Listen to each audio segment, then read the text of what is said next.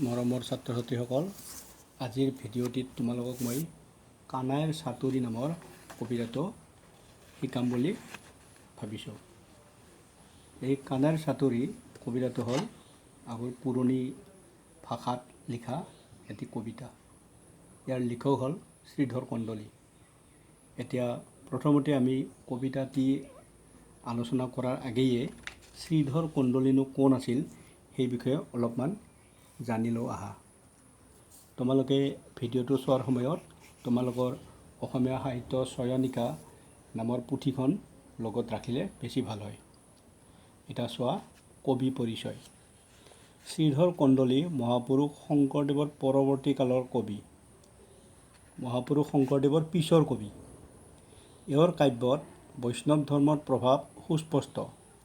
কন্দলীয়ে কাণখোৱা আৰু ঘুনুচা কীৰ্তন নামৰ দুখন কাব্য ৰচনা কৰে। শ্ৰীধৰ কন্দলীয়ে বেছি কাব্য ৰচনা কৰা নাই, মাত্ৰ দুখন কাব্য ৰচনা কৰে। তোমালোকে সেইটো মনত ৰাখিবা। কি আছিল কাব্য দুখনি? কাণখোৱা আৰু ঘুনুচা কীৰ্তন।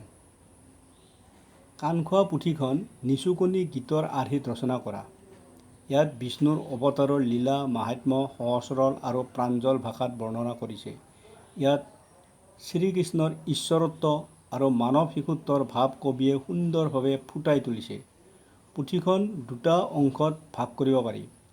প্ৰথম অংশত কাণখোৱাৰ কথা শুনি ভয়ত টোপনি যোৱা আৰু দ্বিতীয় অংশত ৰাতিপুৱা টোপনিৰ পৰা মাকে জগাবলৈ যোৱাত তেওঁ অভিমানত মাকক কোৱা নানা কথাৰ বিষয়ে বৰ্ণনা কৰা হৈছে। এইটো চোৱা, আমাৰ এই শ্ৰীধৰ কন্দলীৰ কানাইৰ চাতুৰি নামৰ কবিতাটো এই কাণখোৱা নামৰ পুথিৰ দ্বিতীয় অংশৰ পৰা তুলি দিয়া হৈছে। পৰীক্ষাত প্ৰশ্ন এনেকুৱা আহিব পাৰে, শ্ৰীধৰ কন্দলী কোন যুগৰ কবি? উত্তৰটো হ'ব শ্ৰীধৰ কন্দলী মহাপুৰুষ মাধৱদেৱৰ পৰৱৰ্তী কালৰ কবি। শ্ৰীধৰ কন্দলীয়ে ৰচনা কৰা পুথি দুখনৰ নাম কি? উত্তৰ, শ্ৰীধৰ কন্দলীয়ে ৰচনা কৰা পুথি দুখন হ'ল কাণখোৱা আৰু ঘুনুচা কীৰ্তন। আৰু এটা প্ৰশ্ন আহিব পাৰে,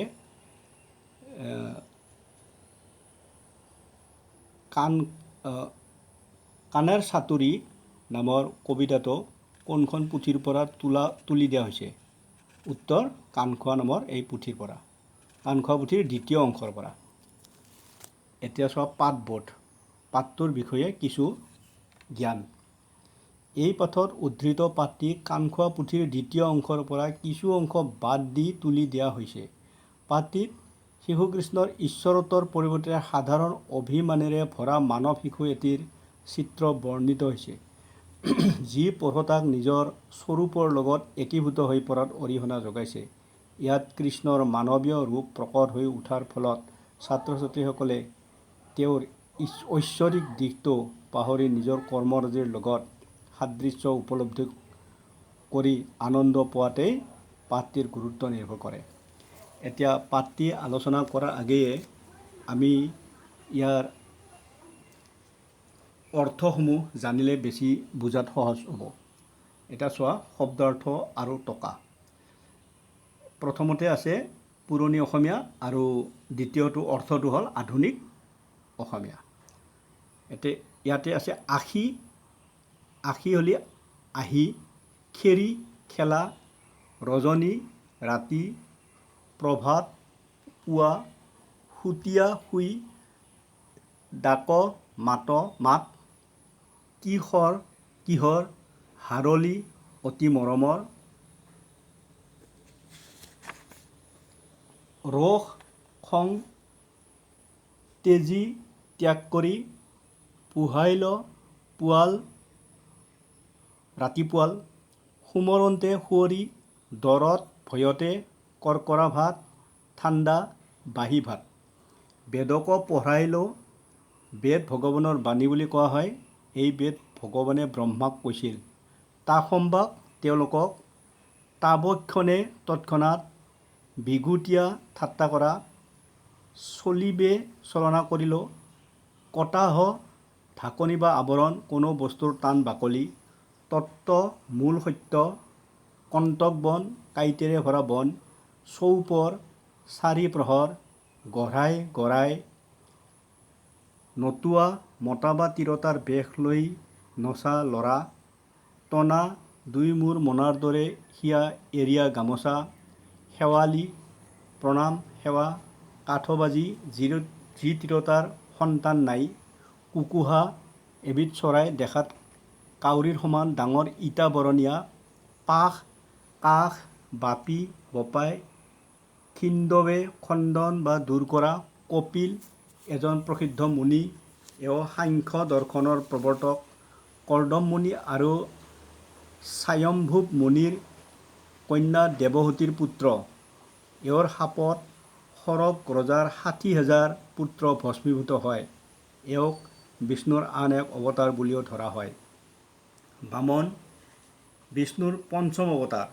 বিষ্ণুৱে ৫২ মানুহৰ ৰূপ লৈ এই অৱতাৰ ধাৰণ কৰিছিল। এওঁ দৈত্যৰাজ বলিৰ যজ্ঞলৈ আহি ৩ পদ ভূমি বিচৰাৰ চলেৰে তেওঁক পাতাললৈ পঠাইছিল। দেৱহূতি স্বয়ম্ভুৱ মুনিৰ কন্যা, কংস মথুৰাৰ ৰজা, শ্ৰীকৃষ্ণৰ মমায়েক। এওঁ কৃষ্ণক শত্ৰুৰূপে চিন্তা কৰি তেওঁৰ হাততে মৃত্যুবৰণ কৰে। এই পৃথু আছে, কিন্তু পৃথুটো আমাৰ পাঠত নাই। এতিয়া মই ক'বলৈ বিচাৰিছোঁ যে কানাইৰ চাতুৰি কবিতাটি বৰ্তমান আধুনিক অসমীয়া ভাষাৰ কবিতা নহয়, এইটো হ'ল আমাৰ পুৰণি অসমীয়া ভাষাৰ কবিতা। এই কবিতাটি ৰচনা কৰিছে শ্ৰীধৰ কন্দলী।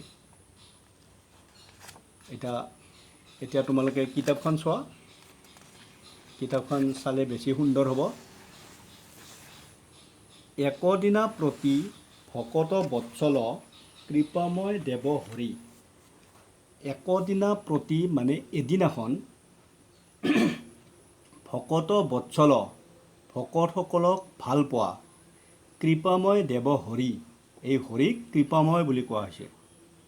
অৰ্থাৎ একদিনা ভকতসকলক ভাল পোৱা এই কৃপাময় হৰিয়ে ৰজনী প্ৰভাতে সুতীয়া আচন্ত, ৰজনী মানে ৰাতি, প্ৰভাতে মানে পুৱা, ৰজনী প্ৰভাতে মানে হ'ল ৰাতিপুৱা, সুতীয়া আচন্ত শুই আছে মিছা অপমান কৰি, মিছাকৈ অভিমান কৰি।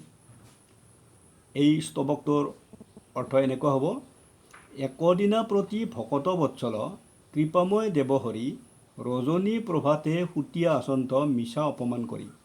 একদিনাখন ভকতসকলক ভাল পোৱা কৃপাময় দেৱ হৰিয়ে ৰাতিপুৱাতে মিছা অপমান কৰি শুই আছে। সেই সময়ত গোপ শিশু যত, এই শ্ৰীকৃষ্ণৰ লগৰীয়াবিলাকক গোপ শিশু বুলি কোৱা হয়। যিমান গোপ শিশু আছে, আহি বোলে যশোদাক, আহি যশোদাক ক'লে, খেৰি খেলাইবাক লাগয় সুন্দৰী। খেৰি মানে খেলা, খেলাইবাকক মানে খেলিবলৈ, খেলা খেলিবলৈ, লাগয় সুন্দৰী, সুন্দৰী মানে ইয়াত যশোদাক কোৱা হৈছে, শ্ৰীকৃষ্ণৰ মাক। খেৰি খেলাইবাক লাগয় সুন্দৰী, খেলা খেলিবলৈ লাগে এই যশোদা মা। সত্তৰে কৃষ্ণক ডাক, সত্তৰে মানে তৎক্ষণাত, কৃষ্ণক ডাক, ডাক মানে মাতা, তৎক্ষণাত কৃষ্ণক মাতা।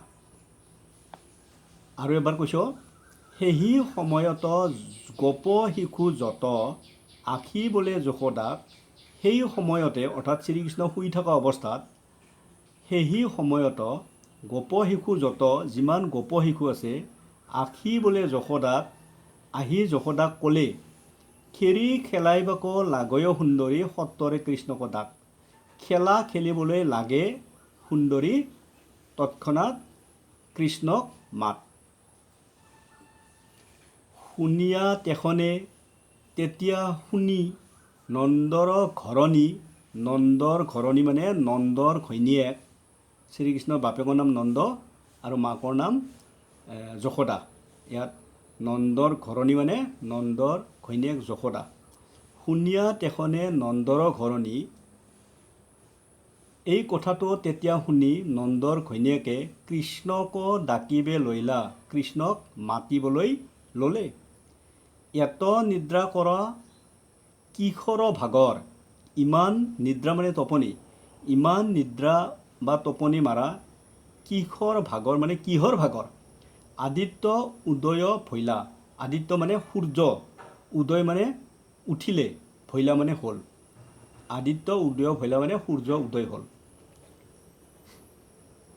আৰু এবাৰ চোৱা, শুনিয়া তেখনে নন্দৰ ঘৰণী কৃষ্ণক ডাকিবে লৈলা। এই কথাটো শুনি নন্দৰ ঘৈণীয়েকে কৃষ্ণক মাতিবলৈ ল'লে। এত নিদ্ৰা কৰ কিশোৰ ভাগৰ আদিত্য উদয় ভৈলা, ইমান টোপনি যোৱা কিহৰ ভাগৰ লাগিছে, সূৰ্য উদয় হ'ল।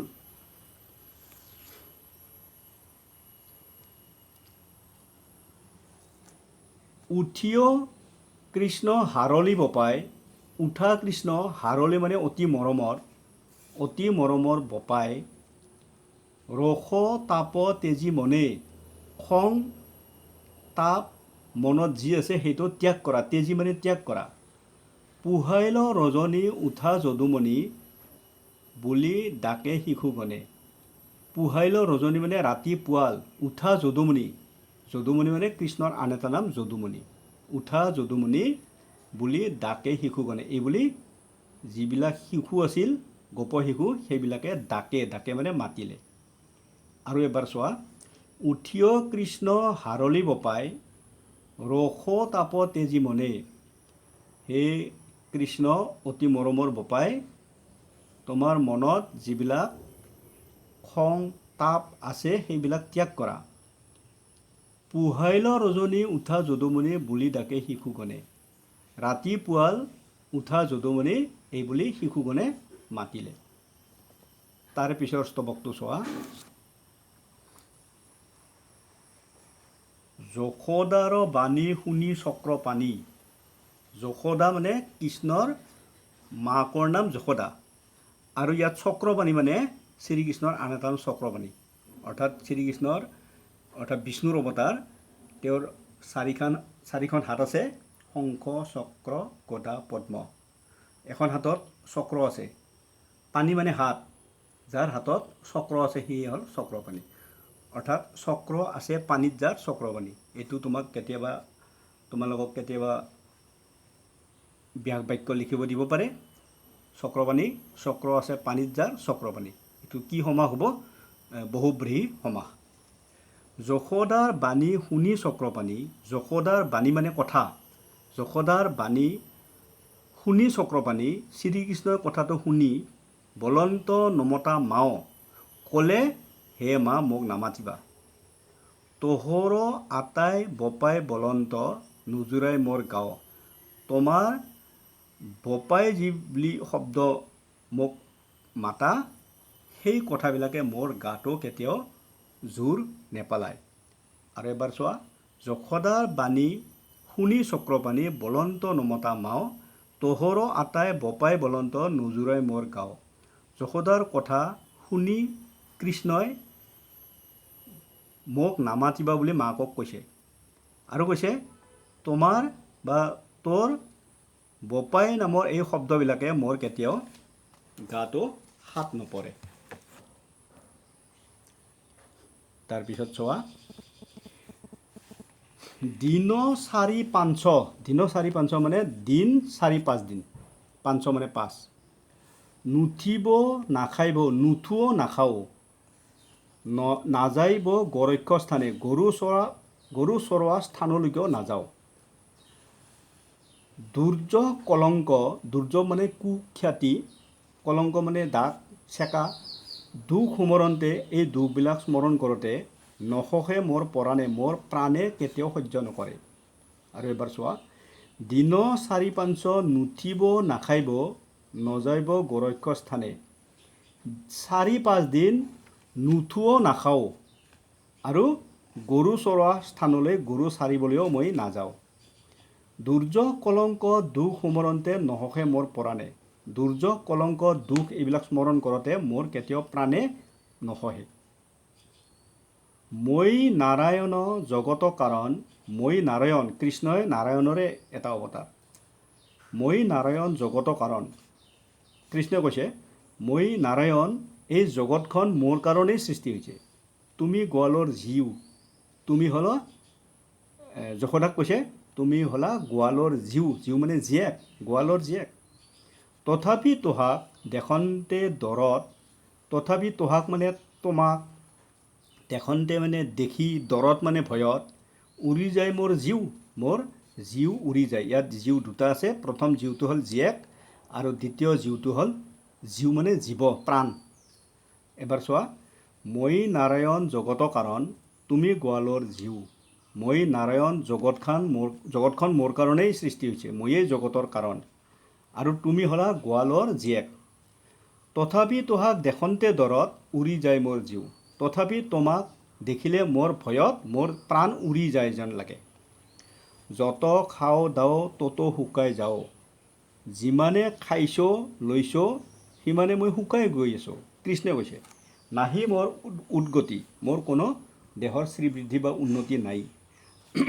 হাতৰ মুষ্টি যেন কংকাল খানি যে, হাতৰ মুষ্টি মানে হাতৰ মুঠি যেন মোৰ কংকাল খানি মানে কঁকালখন বান্ধত ছিগিল অতি, বান্ধাতে মোৰ কঁকালখন ছিগি যোৱাৰ উপক্ৰম হৈছে। চোৱা আৰু এবাৰ, যত খাওঁ দাওঁ তত শুকাই যাওঁ, নাহি মোৰ উদ্গতি, যিমানে খাওঁ লওঁ সিমানে শুকাই যাওঁ, কোনো মোৰ উন্নতি নাই। হাতৰ মুষ্টি যেন কংকাল খনি যে বান্ধত ছিগিল অতি, হাতৰ মুঠিৰ নিচিনা এই কঁকালখনি বান্ধতে ছিঙি যোৱাৰ উপক্ৰম হৈছে। তাৰপিছত শ্ৰীকৃষ্ণই কি কৈছে আৰু এবাৰ চোৱা, নিজ ৰূপে মই অনন্ত ব্ৰহ্মাণ্ড, নিজ ৰূপ ধাৰণ কৰি মই এই অনাদি অনন্ত এই ব্ৰহ্মাণ্ডখন সৃজি আছোঁ লীলা কৰিয়ে মই সৃষ্টি কৰিছোঁ। সমস্তে জগত প্ৰতিপালক কৰি আত্মাৰূপে আছোঁ ধৰি, গোটেই জগতখনক ময়েই প্ৰতিপালন কৰি আছোঁ আৰু আত্মাৰূপে সকলোকে মই ধৰি আছোঁ। কৃষ্ণই কৈছে আৰু এবাৰ চোৱা, নিজ ৰূপে মই অনন্ত ব্ৰহ্মাণ্ড সৃজি আছোঁ লীলা কৰি, নিজ ৰূপে মই এই অনন্ত ব্ৰহ্মাণ্ডখন লীলা কৰি সৃজিছোঁ। সমস্তে জগত প্ৰতিপালক কৰি আত্মাৰূপে আছোঁ ধৰি, গোটেই জগতখন ময়েই প্ৰতিপালন কৰি সকলোৰে আত্মাক মই ধৰি ৰাখিছোঁ। ব্ৰহ্মা আদি কৰি যত চৰাচৰ, ব্ৰহ্মা আদি কৰি যিমান চৰাচৰ জগতত যিমানে প্ৰাণী আছে বা জীৱ আছে, মোক সেৱা কৰি যায়, নমস্কাৰ কৰি যায়। কৃষ্ণই কৈছে এইখিনি কথা, যত চৰাচৰ মোক সেৱা কৰি যায়, যিমান চৰাচৰ আছে এই পৃথিৱীত সকলোৱে মোক সেৱা কৰি যায়। তোৰ ঘৰত আহি গৰু চাৰি ফুৰ, কৰকৰা ভাত খাই। কৰকৰা মানে কি? বাঁহী ভাত, ৰাতি ৰন্ধা ভাত, ৰাতিপুৱা কৰকৰা হৈ থাকে, বাঁহী ভাত, চেঁচা ভাত। তোমালোকে শব্দ অৰ্থত আহিব পাৰে, তাত লিখা আছে শব্দ অৰ্থত, এইটো পৰীক্ষাত লিখিব লাগিব। এবাৰ চোৱা, ব্ৰহ্মা আদি কৰি যত চৰাচৰ মোক সেৱা কৰি যায়। ব্ৰহ্মাকে আদি কৰি এই পৃথিৱীত যিমান চৰাচৰ প্ৰাণী আছে, চৰাচৰ মানে চৰ আৰু অচৰ, তাৰমানে লৰচৰ কৰিব পৰা আৰু লৰচৰ কৰিব নোৱাৰা, চৰ যোগ অচৰ চৰাচৰ, সকলোবোৰ চৰাচৰ প্ৰাণীয়ে মোক সেৱা কৰি যায়, কৃষ্ণক সেৱা কৰি যায়। তোৰ ঘৰে আহি গৰু চাৰি ফুৰ, কৰকৰা ভাত খাই।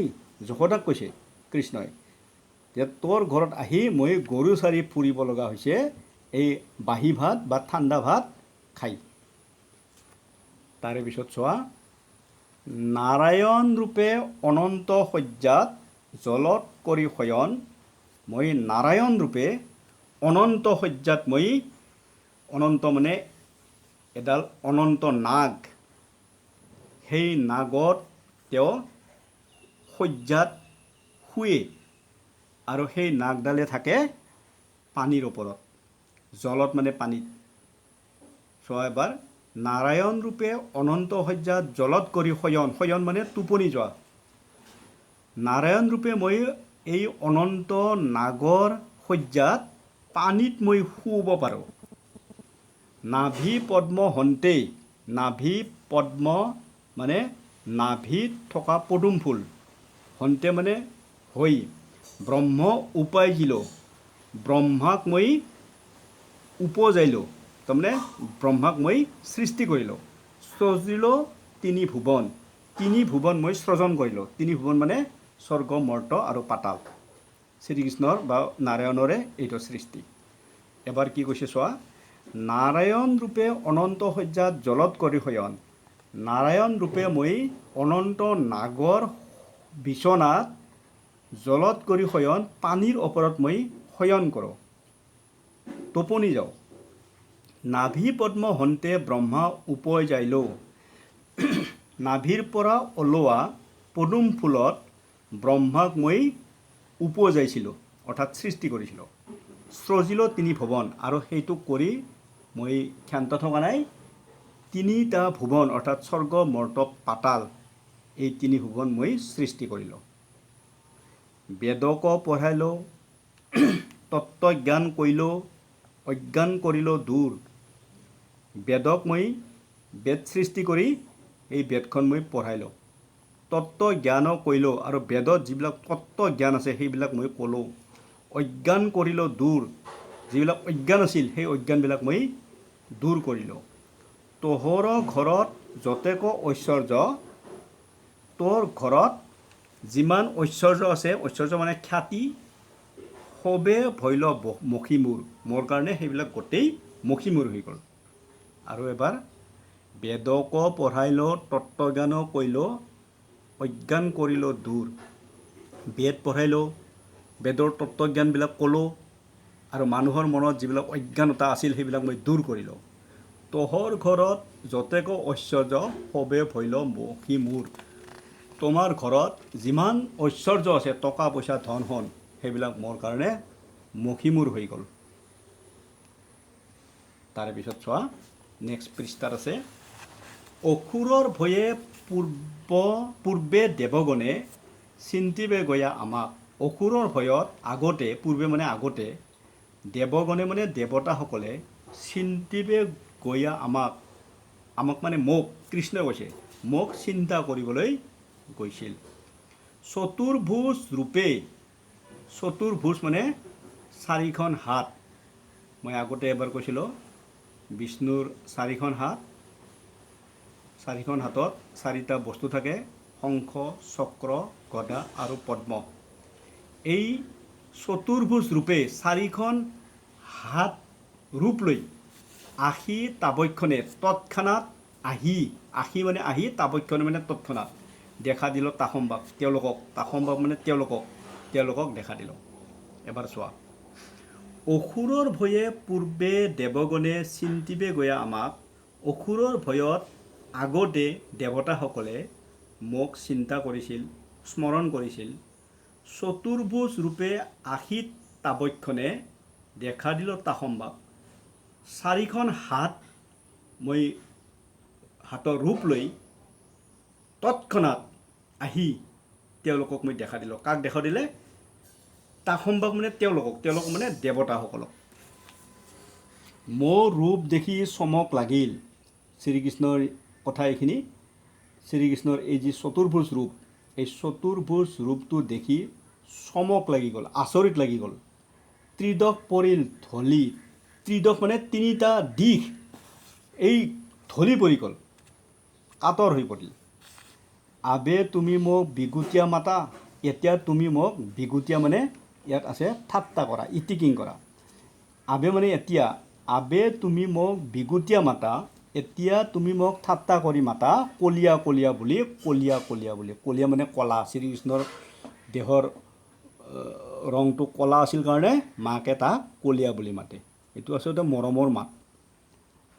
আৰু একবাৰ চোৱা, মোৰ ৰূপ দেখি চমক লাগিল, ত্ৰিদশ পৰিল ঢলি।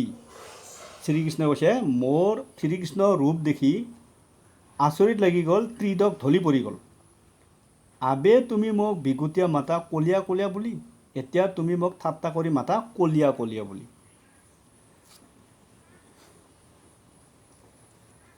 তাৰে পিছৰ স্তৱকটো চোৱা, মোহিনী স্বৰূপে অমৃত পিয়াইলোঁ।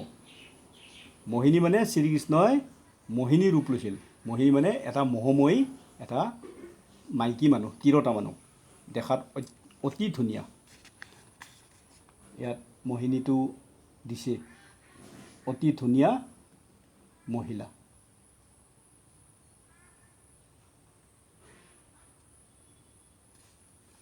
মোহিনী স্বৰূপে অতি ধুনীয়া এজনী তিৰোতা ৰূপ লৈ অমৃত পিয়ালো মই অমৃত খোৱালো, সাধিলো দেৱৰ কাম, দেৱতাসকলৰ কাম মই সাধন কৰিলোঁ। তোমাৰ ঘৰে আহি, তোমাৰ ঘৰত আহি বৰ যশ পাইলোঁ, বৰ খ্যাতি পাইলোঁ, লৈলোঁ দধীচৰ নাম, দধীচৰ নাম পালোঁ। দধি মানে কি? দধি মানে বহুতে এৱা গাখীৰ বুলি কয়, এৱা গাখীৰ নহয়, দৈ গাখীৰ। এৱা গাখীৰ হ'লে দুগ্ধ আৰু দধি মানে হ'ল দৈ। দৈ চুৰ কৰি খা বুলি মই খ্যাতি পালোঁ। আৰু এবাৰ চোৱা, মোহিনী স্বৰূপে অমৃত পিয়ালো, সাধিলো দেৱৰ কাম, মোহিনী ৰূপ লৈ মই দেৱতাসকলক অমৃত খোৱালোঁ। তোমাৰ ঘৰে আহি বৰযশ পাইলোঁ, লৈলোঁ দধীচৰৰ নাম। আৰু তোমাৰ ঘৰত আহি বৰ খ্যাতি পালোঁ, মই কি নাম পালোঁ? দধীচৰ নাম পালোঁ। কপিল স্বৰূপে কৰ্দময় ঘৰে হুয়াময় অৱতাৰ, কপিল এজন মুনিৰ নাম। কপিল মুনিৰ স্বৰূপে কৰ্দময় ঘৰে, এই কৰ্দম মুনিৰ ঘৰত হুয়াময় অৱতাৰ, মই অৱতাৰ লৈ জন্মগ্ৰহণ কৰিছিলোঁ। দেৱহূতি নামে মাতৃক তৰিলোঁ, আৰু দেৱহূতি নামৰ যিজন মাতৃ আছিল মোৰ, তেওঁক মই তাৰণ কৰিলোঁ, অৰ্থাৎ উদ্ধাৰ কৰিলোঁ। কৰিও তত্ত্ব বিচাৰ কৰি তেওঁক মই উদ্ধাৰ কৰিলোঁ। আৰু এবাৰ চোৱা, কপিল স্বৰূপে কৰ্দময় ঘৰে হুয়াময় অৱতাৰ, কপিল মুনিৰ ৰূপ লৈ কৰ্দময় ঘৰত মই অৱতাৰ লৈছিলোঁ। দেৱহূতি নামে মাতৃক তৰিলোঁ, কৰিও তত্ত্ব বিচাৰ কৰি মই দেৱহূতি নামৰ এই আইজনীক মই উদ্ধাৰ কৰিছিলোঁ। বামন স্বৰূপে বালিক বুলি আছে, বালিক নহয়, এইটো বলিক হয়, বলি ৰজা, বালি ৰজা নহয়, বলি ৰজা। বামন স্বৰূপে বলিক চলিবে, বিশ্বৰূপ দৰখাইলোঁ। বামন মানে বাওনা। বিষ্ণুৰ 10টা অৱতাৰৰ ভিতৰত এটা বামন অৱতাৰ আছে। এই বামন মানে বাওনা ৰূপ লৈ বামন স্বৰূপে বলিক চলিবে, বলিক চলনা কৰিছিলোঁ, বিশ্বৰূপ দৰখাইলোঁ, আৰু তেওঁক মই বিশ্বৰূপ দেখুৱাই দিছিলোঁ। চৰণৰ নখে কটা ফুটাইলোঁ, চৰণৰ মানে ভৰিৰ নখেৰে কটা ফুটাইলোঁ, কটা মানে ঢাকনি বা আৱৰণখন মই ভৰিৰ নখেৰে ফুটাই দি গংগাক আনি নমাইলোঁ। আৰু গংগা স্বৰ্গত বন্দী হৈ আছিল, আৰু তেওঁক মই চৰণৰ নখেৰে, ভৰিৰ নখেৰে ঢাকনিখন গুচাই সেই গংগাক মই তাৰ পৰা নমাই আনিছিলোঁ, স্বৰ্গৰ পৰা নমাই আনিছিলোঁ। আৰু এবাৰ চোৱা, বামন স্বৰূপে বলিক চলিবে, বিশ্বৰূপ দৰখাইলোঁ। বামন ৰূপ লৈ মই, বামন মানে বাওনা মানুহৰ ৰূপ লৈ বলিক চলনা কৰিছিলোঁ, আৰু তেওঁক মই বিশ্বৰূপ দেখুৱাইছিলোঁ।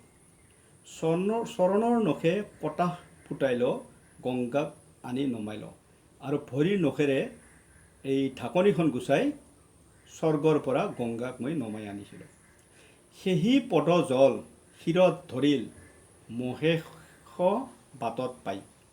আৰু সেই পদজল মানে ভৰিত লগা পানী, শ্ৰীকৃষ্ণৰ ভৰিত লগা পানীখিনিক পদজল বুলি কোৱা হয়।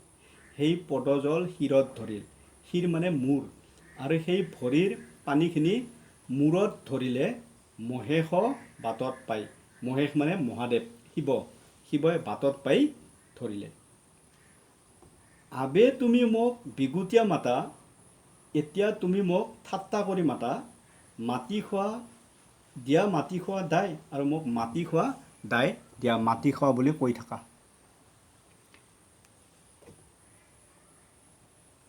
আন যত মোৰ মহিমা আছয়, কহিবক লাগে কি, আন যিমান মোৰ মহিমা আছে সেইটো কি ক'ব লাগে, কিক মানে কি, কহিবক মানে ক'বলৈ। মহিহেন পুত্ৰক মাও বলাইবাক, মোৰ নিচিনা পুত্ৰক মা বুলিবলৈ, তোহৰ আচক ধিক, তোমাক আচলতে লাজ লাগে, ধিক মানে লাজ। তাৰে পিছত চোৱা, কিছু কিছু কৰি দেখিয়া আছাহা তথাপি কৰা আক্ৰোশ। অলপ অলপ কৰি দেখি আছা তথাপিতো তুমি বৰ আক্ৰোশ কৰা, অনিষ্ট কৰা। এক খনিতেকে এক মুহূৰ্ততে সুৰুতি উৰাইব, সুৰুতি মানে ফুটনি, উৰাইব মানে উৰাই দিম, নাথাকক মোৰ দোষ, মোৰ কিন্তু কোনো দোষ নাথাকিব। আৰু এবাৰ চোৱা, কিছু কিছু কৰি দেখিয়া আছাহা, অলপ অলপ কৰি দেখি আছা তথাপি কৰা আক্ৰোশ, তথাপিতো তুমি দুখ কৰা। এক খনিতেকে এক মুহূৰ্ততে সুৰুতি উৰাইব, ফুটনি উৰাই দিম, নাথাকক মোৰ দোষ, মোৰ দোষ নাথাকিব। কাঠবাজি বুলি জগতে হাসয়, কাঠবাজি মানে যি তিৰোতাৰ সন্তান জন্ম দিয়া ক্ষমতা নাই, সেই তিৰোতা কাঠবাজি বুলি কয়। যশোদাৰ এটা সময়ত কোনো সতি সন্ততি নাছিল, শ্ৰীকৃষ্ণই তাত আহিহে তেওঁ সন্তান হোৱা মাতৃ বুলি পৰিগণিত হ'ল।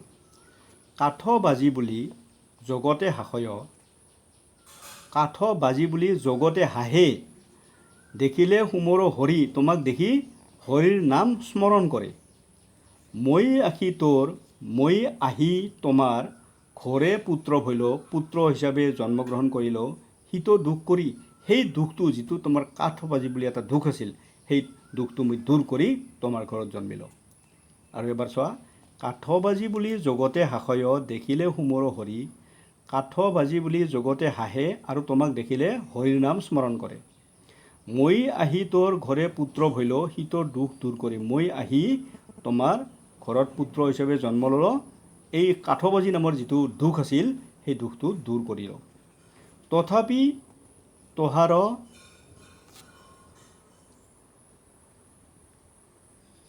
তথাপি আমাৰ স্নেহ নজানহ, তথাপি মোৰ প্ৰতি তোমাৰ কোনো স্নেহ বা মৰম নজনোৱা, নকৰ মতো বিশ্বাস, মোক অলপো বিশ্বাস নকৰা। শ্ৰীকৃষ্ণই কৈছে, আগেয়ে আছিল তেনেও কৰিব দিন 4 বাট চাই।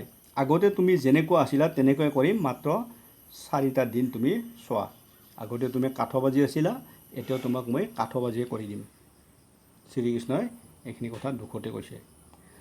আৰু এবাৰ চোৱা, তথাপি আমাৰ স্নেহ নজানস, নকৰ মতো বিশ্বাস, তথাপি মোৰ প্ৰতি তোমাৰ মৰম নাই, মোক অকণো বিশ্বাস নকৰা।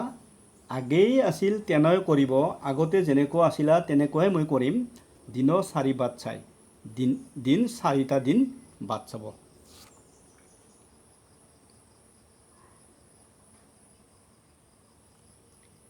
মোহৰ মুখত লাজ লাগে বৰ, মোহৰ মানে মোৰ মুখত বৰ লাজ লাগে, তোহৰ গুণ কহন্তে, তোমাৰ গুণ কহন্তে মানে কওঁতে, দুটি ওঠ ফাটি তেজ বহি যায়, 2টা ওঠ ফাটি তেজ ওলাই যায়। বাঁহৰ বংশী বজাওঁতে, বাঁহৰ মানে বাঁহৰ বংশী মানে বাঁহী, বজাওঁতে মানে বজাওঁতে। 6 ৰতি সোণাৰ, ৰতি মানে হ'ল আগৰ সোণবিলাক জোখা এটা মাধ্যম আছিল ৰতি। আজিকালি ৰতি নাই, আজিকালি গ্ৰাম এইবিলাক হৈ গ'ল। 6 ৰতি সোণাৰ, মাত্ৰ 6 ৰতি সোণৰ বংশী গঢ়াই নেদ, বাঁহী গঢ়াই নিদিয়া, ৰাজ পটেশ্বৰী হৈ, ৰজাৰ ৰাণী হৈ। পটেশ্বৰী মানে ৰাণী, অৰ্থাৎ নন্দ আছিল ৰজা আৰু যশোদা কৃষ্ণৰ মায়েক, তেওঁ আচলতে ৰাণী। পটেশ্বৰী মানে ৰাণী।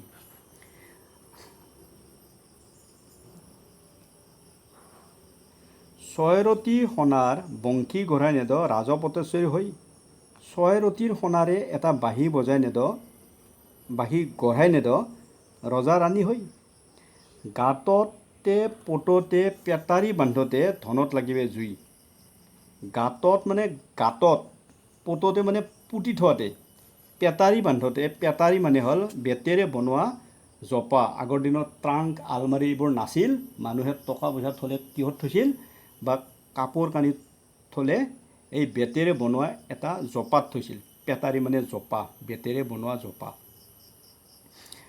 গাঁততে পোততে পেটাৰী বান্ধোতে গাঁতত পোততে আৰু জপাত বান্ধি থওঁতে এই টকা পইচাবিলাক ধনত লাগিবে জুই আৰু সেই ধনবিলাকত জুই লাগি যাব। আৰু এবাৰ চোৱা, ছয়ৰতি সোণাৰ বংশী গঢ়াই নেদ, ৰাজপতেশ্বৰী হৈ ৰজা ৰাণী হৈ ছয়ৰতি সোণাৰ বাঁহী এটা গঢ়াই দিব নোৱাৰা। গাঁততে পোততে পেটাৰী বান্ধোতে ধনত লাগিব জুই। গাঁতত পুতি থওঁতে আৰু এই জপাত বান্ধি থওঁতে ধনত জুই লাগি যাব, ধন নষ্ট হৈ যাব। শ্ৰীকৃষ্ণই মাকক কৈছে। তাৰপিছত চোৱা, গৰু জাক লাগি অন্ন দি পঠাও। গৰুৰ জাক লৈ যাওঁতে, গৰু চৰাবলৈ গৰু লৈ যাওঁতে তুমি অন্ন মানে ইয়াত ভাত বা খাদ্য, আহাৰ। গৰু জাক লৈ যাওঁতে তুমি খাদ্য দি পঠাও, সিও হৈ একমুঠি, মাত্ৰ একমুঠিহে হয়, পেট ভৰে তুমি দিব নোৱাৰা। শ্ৰীকৃষ্ণই গৰু চাৰিছিল।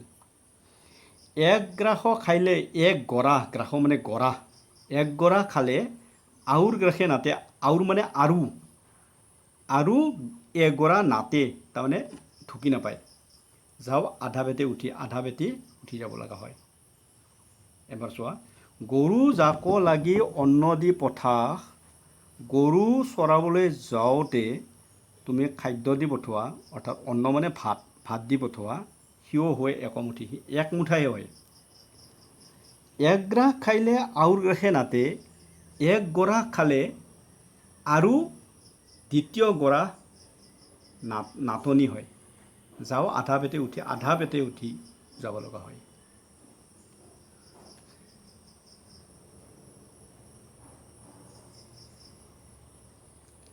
গৰু আগুৰন্তে ধাতু যায় মোৰ, গৰু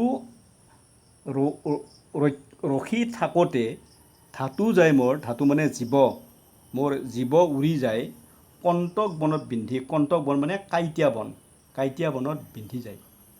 চৌপৰ দিনতো লহৰীয়া ফুৰ নতুৱা টনাক পিন্ধি। চৌপৰ মানে চাৰি প্ৰহৰ গোটেই দিনটো লহৰীয়া ফুৰ, লৰি ফুৰ, দৌৰি ফুৰ নতুৱা টনাক পিন্ধি। নতুৱা মানে নচা ল'ৰাই পিন্ধা, এই টনা মানে ধুতি। যিবিলাক নৃত্য কৰা ল'ৰা আছে তেওঁলোকে এখন ধুতি পিন্ধে, এই চুটি ধুতি, সেই ধুতিখনক কৈছে নতুৱা টনা। নতুৱা মানে নচা ল'ৰা, টনা মানে ধুতি। আৰু এবাৰ চোৱা, গৰু আগুৰন্তে ধাতু যায় মোৰ। গৰু আগুৰি থাকোঁতে মোৰ প্ৰাণ উৰি যায়। কণ্টক বনত বিন্ধি, কাঁইটীয়া বনত পিন্ধি যায়। চৌপৰ দিনতো লহৰীয়া ফুৰ নতুৱা টনাক পিন্ধি। চাৰি প্ৰহৰ গোটেই দিনটো মই দৌৰি ফুৰ, এই নচা ল'ৰাবিলাকে যি ধুতি পিন্ধে সেই ধুতিখন পিন্ধি। তাৰে পিছত চোৱা, কুটকুৰা চুলি পৰে গৰু ধূলি, কুকুহা পৰিয়া যায়। কুটকুৰা মানে চুটি চুলি, কুটকুৰা চুলি মানে চুটি চুলি, পৰে গৰু ধূলি। গৰু চৰাবলৈ যাওঁতে গৰুৰ ভৰিত যিবিলাক ধূলি উৰি আহে, সেই উৰি অহা ধূলিখিনি এই শ্ৰীকৃষ্ণৰ কুটকুৰা চুলিত পৰে বুলি কৈছে, গৰুৰ ধূলি। কুকুহা পৰিয়া যায়। কুকুহা মানে এবিধ চৰাই, ইয়াত দিছে কুকুহা মানে এবিধ চৰাই, দেখাত কাউৰীৰ সমান, ডাঙৰ, ইটা বৰণীয়া। তোমালোকে এবিধ চৰাই বুলি লিখিলেই হ'ব। কুকুহা পৰিয়া যায়, এই কুকুহা নামৰ চৰাইবিলাকে মোৰ চুলিত পৰি যায়। গটাগুটি কৰি জতা বান্ধিলেক তৈল মাথে দেখা নাই। গটাগুটি কৰি মোৰ চুলিত জতা বান্ধি গৈছে, তৈল মাথে দেখা নাই। মোৰ মাথাত বা মূৰত বা চুলিত তেল দেখাই নাই। তুমি ৰাজৰাণী হৈছা, কিন্তু মোৰ চুলিত তেলে নাই। আৰু এবাৰ চোৱা, কুটকুৰা চুলি পৰে গৰু ধূলি, কুকুহা পৰিয়া যায়। চুটি চুলি, তাত গৰুৰ ধূলি পৰি যায়। কুকুহা নামৰ এবিধ চৰাই তাত পৰে। গটাগুটি কৰি জতা বান্ধিলেক তৈল মাথে দেখা নাই। গটাগুটি কৰি মোৰ চুলিবিলাক জতা বান্ধিছে, কিন্তু সেই চুলিত বা মূৰত আজিলৈকে কোনো তেল মোক দেখা নাই। কথা কহন্তে ক্ৰন্দন আশয়, কথাবিলাক কহন্তে মানে কওঁতে, ক্ৰন্দন মানে কান্দন, আশয় মানে আহে। কথা কহন্তে ক্ৰন্দন আশয়, কথাবিলাক কওঁতে কান্দন আহি যায়। যত অপমান পাওঁ, যিমান অপমান পাই আছোঁ, শ্ৰীকৃষ্ণই দুখ কৰি কৈ আছে মাক যশোদাৰ আগত। যেবে তেওঁ মই সি বাপুৰ পুত, যদি মই সেই বাপেকৰ পুতেক হওঁ, সেই বাপেক মানে শ্ৰীকৃষ্ণৰ আচল বাপেকৰ নাম হ'ল বসুদেৱ আৰু আচল জন্মদাত্ৰী মাকৰ নাম হ'ল দৈৱকী। এই কথাটোৱে ক'বলৈ কৈছে। যেবে তেওঁ মই সি বাপুৰ পুত, যেনেকৈ মই সেই বাপেকৰহে মই পুতেক, তোক তেবে কন্দুৱাওঁ, তেতিয়াই তোমাক মই কন্দুৱাম।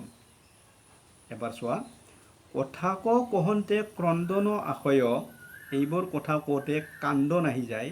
যত অপমান পাওঁ, যিমান অপমান পাই আছোঁ।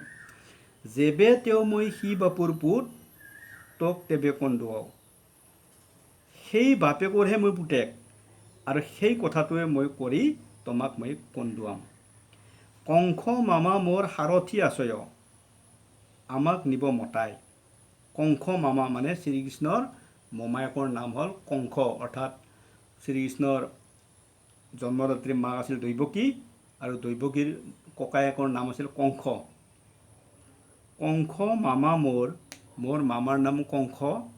সাৰথি আছয়, সাৰথি মানে সহায়কৰ্তা, মোক যিকোনো কামত তেওঁ মোক সহায় কৰিব পাৰে। আছয় মানে আছে, সহায়কৰ্তা হিচাপে আছে। আমাক নিব মতাই, মোক মাতে লৈ যাব, মতাই লৈ যাব। ইটো অপমান সকলে খুজিব, এই মোক যিমান অপমান কৰি আছা, মাকক কৈছে যিমান অপমান কৰি আছা সেই সকলোবোৰ মই পৰিশোধ কৰিম। খুজিব মানে পৰিশোধ কৰিম। মথুৰাপুৰীক যায়, মথুৰা মানে কংস, শ্ৰীকৃষ্ণৰ মোমায়েক কংসৰ ৰাজ্যখনৰ নাম আছিল মথুৰা। এই মথুৰাপুৰীত যাম। আৰু এবাৰ চোৱা, কংস মামা মোৰ সাৰথি আছয়, আমাক নিব মতাই। কংস মামা মোৰ সহায়কৰ্তা হিচাপে আছে, মোক মতাই নিব। ইটো অপমান সকলে খুজিব, মথুৰাপুৰীক যায় আৰু মথুৰাপুৰীক গৈ মই এই সকলোবোৰ অপমান পৰিশোধ কৰিম। দৈৱকী আইত মোৰ ঘৰ বুলি, থাকিব তাহানো পাশ। দৈৱকী আইত, তাৰমানে দৈৱকী আই অৰ্থাৎ শ্ৰীকৃষ্ণৰ জন্মদাত্ৰী মাকৰ নাম আছিল দৈৱকী। দৈৱকী আইত মোৰো ঘৰ বুলি, দৈৱকী আইকে মোৰ ঘৰ বুলি, থাকিব তাহানো পাশ, পাশ মানে কাষত, তেওঁৰ কাষত থাকিম। আমাক দেখিবে লাগিয়া তহাৰ, হৈব বৰ হাবিয়াস। আৰু আমাক দেখি তোমাৰ বিৰাট হাবিয়াস লাগিব। হাবিয়াস মানে হ'ল ইচ্ছা। আৰু এবাৰ চোৱা, দৈৱকী আইত মোৰো ঘৰ বুলি, থাকিব তাহানো পাশ। দৈৱকী আইৰ ওচৰত মোৰ ঘৰ বুলি, তেওঁৰ কাষত মই থাকিম। আমাক দেখিবে লাগিয়া তহাৰ, হৈব বৰ হাবিয়াস। আৰু মোক দেখিলে তোমাৰ কি লাগিব? বৰ হাবিয়াস লাগিব, ইচ্ছা লাগিব। কৃষ্ণৰ বচন শুনিয়া যশোদা, কৃষ্ণৰ বচন, বচন মানে কথা, কৃষ্ণৰ কথা শুনিয়া যশোদা, যশোদাই শুনি পুনু মাতে পাশ চাপি, পুনু মানে পুনৰ, মাতে মানে মাতিলে, পাশ মানে কাষ, চাপি মানে চাপি। কৃষ্ণৰ বচন শুনিয়া যশোদা, পুনু মাতে পাশ চাপি। কৃষ্ণৰ কথা শুনি যশোদাই পুনৰ ওচৰলৈ আহি মাতিলে। এৰ হাবিয়াস, এই হাবিয়াসবিলাক ত্যাগ কৰা, ইচ্ছাবিলাক ত্যাগ কৰা। মোৰো মাথা খাস, মোৰ মাথা খোৱা। নাকান্দিবা মোৰো বাপী, মোৰ বপাই আৰু নাকান্দিবা। মই অভাগীৰ ইবাৰ দোষক, মই দুৰ্ভগীয়া এইবিলাক দোষক। মৰসীয় বনমালী, শ্ৰীকৃষ্ণৰ আন এটা নাম বনমালী। এই বনমালী তুমি এইবিলাক মৰসীয়, মৰসীয় মানে মৰীখন কৰা। এবাৰ চোৱা স্তবকটো,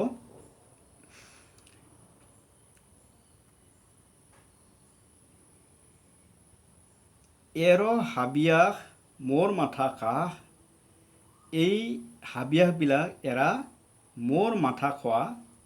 নকান্দিবা মোৰ বাপী, হে বপাই মোৰ আৰু নাকান্দিবা।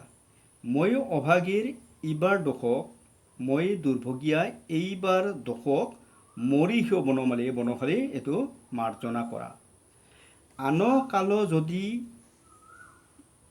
দোষ দেখা মোৰ আন কালো যদি মানে আন সময়ত যদি দোষ দেখা মোৰ যদি দোষ দেখা পাৰিবা মোক গালি তেতিয়া মোক গালি পাৰিবা চোৱা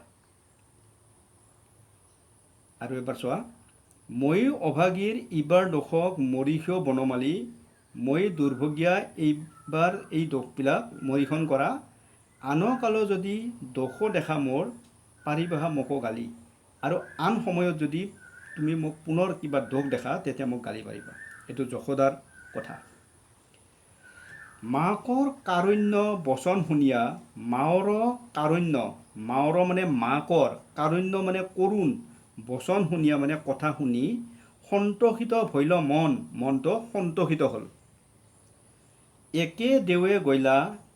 একে দেৱে গৈলা মানে গ'ল দেৱে মানে জাপ একে দেৱে গৈলা মানে একে জাপে গ'ল কলাত চৰিয়া কলাত মানে মাকৰ কলাত চৰিয়া মানে উঠি পিবাক লাগিলা স্তন মাকৰ স্তন পিবলৈ ধৰিলে গাখীৰ খাবলৈ ধৰিলে আৰু এবাৰ চোৱা মাওৰ কাৰুণ্য বচন শুনিয়া মাকৰ কৰুণ মাত শুনি সন্তোষিত হ'ল মনটো সন্তোষিত হ'ল একে দেৱে গৈলা কলাত চৰিয়া পিবাক লাগিলা স্তন এক জাপে গৈ কলাত উঠিলে আৰু মাকৰ গাখীৰ খাবলৈ স্তন পিবলৈ ধৰিলে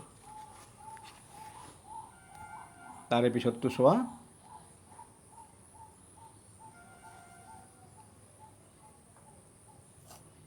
পৰম আনন্দে থাকিবন্ত কৃষ্ণে চাৰু দন্ত দৰখাই পৰম আনন্দে মানে পৰম আনন্দত থাকিবন্ত কৃষ্ণই থাকিলে চাৰু দান্ত দৰখাই চাৰু মানে ধুনীয়া দান্ত মানে দাঁত দৰখাই মানে দেখুৱাই ধুনীয়া দাঁতবিলাক তেওঁ দেখুৱাই মাকৰ কলাত আনন্দ মানে থাকিলে পৰম আনন্দে থাকিবন্ত কৃষ্ণে চাৰু দান্ত দৰখাই পৰম আনন্দত থাকিলে কৃষ্ণই ধুনীয়া দাঁতবিলাক দেখুৱাই ব্ৰহ্মাণ্ডৰ সুখে থাকিলা যশোদা ব্ৰহ্মাণ্ডৰ সুখত যশোদাই থাকিলে কৃষ্ণৰ বদন চাই বদন মানে মুখ কৃষ্ণৰ মুখখন চাই আৰু এবাৰ চোৱা পৰম আনন্দে থাকিবন্ত কৃষ্ণে চাৰুদন্ত দৰখাই পৰম আনন্দত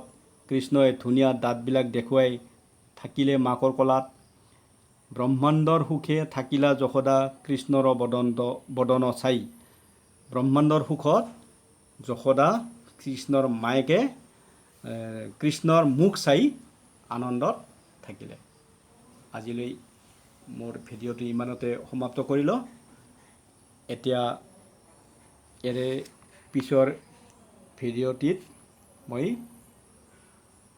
শেষত থকা প্ৰশ্নাৱলীবিলাক আলোচনা কৰিম ধন্যবাদ